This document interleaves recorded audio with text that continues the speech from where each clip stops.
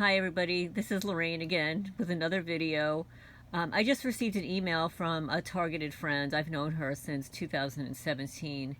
She does some amazing research for me, and especially during this time, I'm sort of discombobulated.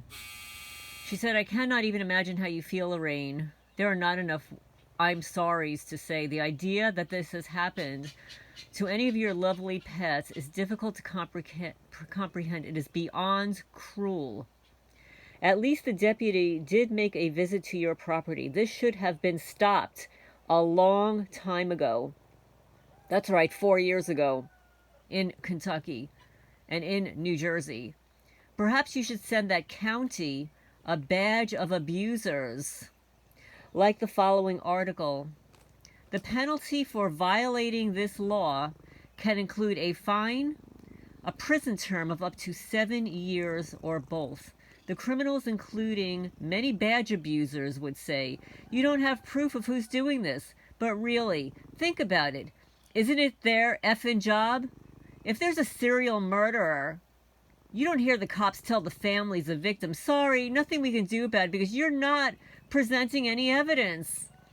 Yes, Lorraine, Infragard is FBI run. It was the brainstorm of the FBI to give badges to people like firemen, paramedics, neighbors, etc. Mostly people that they see many others and enter people's homes or property on a daily basis. A lot of UPS, Federal Express, and even Amazon drivers secretly are part of Infragard. Jesse Ventura outed this information a long time ago. They may have scrubbed that off the internet. I don't know. The FBI also runs the fusion centers and the U.S. Marshals. The FBI would like to think they run the world, but that simply isn't so. So who runs the FBI? Beyond a shadow of a doubt, the devil runs the FBI. I'll just add Satan runs the FBI. Thank you so much for this. And let me read the statute. The animal cruelty statute. Donald Trump, signs a law making cruelty to animals a federal crime. So it doesn't matter what state you're in. It doesn't matter if you got crummy state laws like the state of Kentucky has the worst animal protection laws I've ever did see. But there is a federal law that makes cruelty to animals. It's a federal crime under a new law signed by President Trump on Monday. This is dated November 25, 2019. The Preventing Animal Cruelty and Torture Act, which is PACT, is a bipartisan initiative that bans the intentional crushing, burning, drowning, suffocating, impalement, or other serious harm to living non-human mammals, birds, reptiles, or amphibians. That includes roosters, folks. That includes roosters. A bird, a rooster is a bird. A hen is a bird. The law also bans animal crush videos, meaning any photograph, motion picture, film, video, or digital recording or electronic image that depicts animal cruelty. The penalty for violating the law can include a fine, a prison term of up to 7 years, or both. The measure was introduced in the House by Ted Deutsch, a Democrat of Florida, and Vern Buchanan, a Republican in Florida, and pushed through the Senate by Richard Blumenthal, a Democrat in Connecticut, and Patrick Toomey, a Republican in Pennsylvania. Animal welfare activists and federal law was necessary, even though every state already has laws criminalizing animal cruelty. They argued that the lack of federal legislation made it difficult to prosecute animal cruelty cases that span different states or jurisdictions. You hear that, folks? So it doesn't matter if your state, like Kentucky, has a piece of crap animal protection law. This federal law assists in criminalizing and prosecuting the person who inflicted the torture, like on my cat Chicklet. PACT makes a statement about American values. Animals are deserving of protection at the highest level. Kitty Block, President and CEO of the Humane Society of the United States, said in a statement. Oh, and guess what, folks? Guess who I contacted today? That's right, folks. I contacted the Humane Society. I gave them the rundown. I also contacted Senator Rand Paul yesterday. I'm not letting go of this, folks. I want somebody arrested and prosecuted. I want to see the face. I want to know who the person was that tortured my cat Chicklet and punctured a hole, burned a hole in his cheek and killed him. I want to know. And I'm going to hold the sheriff's department responsible for finding that information. It goes on to say, I'm grateful to see the pact actually signed into law. The barbaric torture of animals has no place in a civilized society and should be a crime.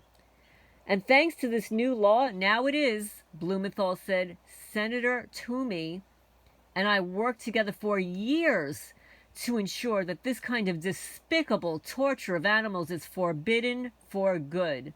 The new law was endorsed by some law enforcement groups such as the National Sheriff's Association and, believe it or not, the Fraternal Order of Police, who say there is a link between extreme animal cruelty and violence against people. Hip hip hooray, folks. Well, we've known that. I'm sorry, folks. I've known that for decades. Okay, but I'm so glad that this law, this federal law, is in existence. And for all those people out there that have gotten photos of the torture of your animals, contact the Humane Society and reference Trump's law called PACT, the Preventing Animal Cruelty and Torture Act. It's not your responsibility to solve the crimes for the police and sheriff's department.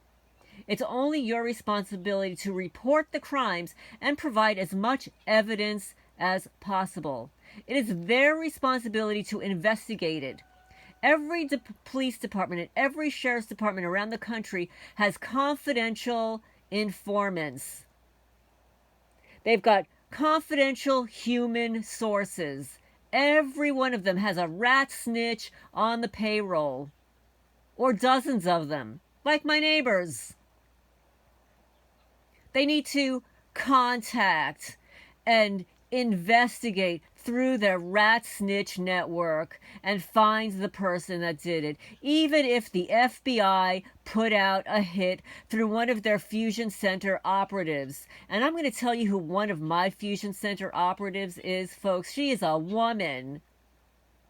That's right, folks. She's got black hair, goes up to the shoulders, almost flips out, a little flip.